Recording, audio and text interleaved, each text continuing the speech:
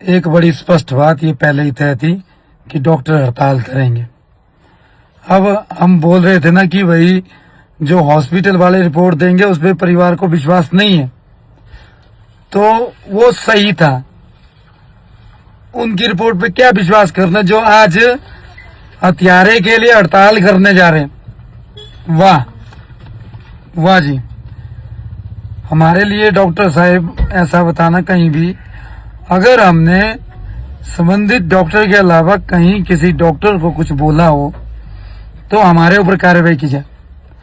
परिवार वालों ने एक अन्य डॉक्टर के ऊपर भी आरोप लगाए हैं, लेकिन कुछ लोगों ने उनके जो पिछले काम है वो बेहद अच्छे बताए, तो हमने उनको साइलेंट रखा है।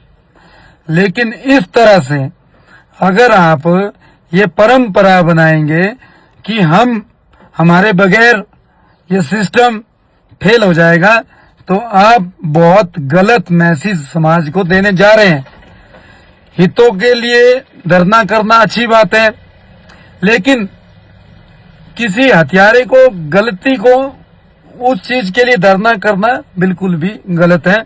और अब हमारी बात आप बड़े ध्यान से सुनना, प्रशासन वाले भी। एक तो जो रिपोर्ट इन्होंने दी है वो सरासर गलत है, क्योंकि ये सब मिले हुए ये इन्होंने साबित किया।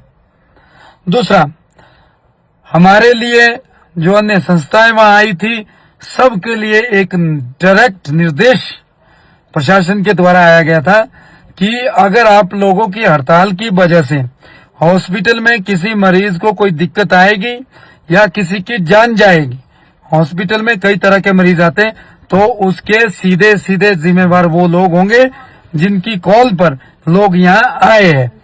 अब हम सरकार और प्रशासन को कहना चाहते हैं, अगर इन डॉक्टरों की हड़ताल से अगर किसी मरीज का अंदर हॉस्पिटल में इलाज नहीं चला है, तो इसके जिम्मेवार ये सब जो डॉक्टरों के नेता बने हैं और जो ये डॉक्टर धरने पे आए हैं, ये सब होंगे। और इन पर सरकार अब कठोर कार्रवाई करे। ऐसा नहीं अब चोर को फंसाया, अब चोरों के गैंग ने कहा कि भाई उसको क्यों फंसाया, हम तो धरना करेंगे। ये तो एक ही बात हुई ना, है ना। अगर कोई आईपीएच की एसडीओ की शिकायत करता है, एसडीओ सस्पेंड होता है, तो क्या आईपीएच वाले पानी बंद कर देते हैं? बताया ना मेरे को।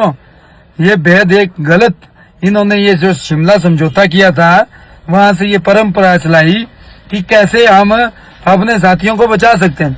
यारो डॉक्टरों, आप एक इंसान है, पहले पता कीजिए आम जनता से, इधर उधर गांव वाले से, कि जो डॉक्टर सस्पेंड हुए हैं उनका बिहेवियर लोगों के साथ कैसा था। हम भी आपके साथ आएंगे, हम भी आपकी लड़ाई लड़ेंगे।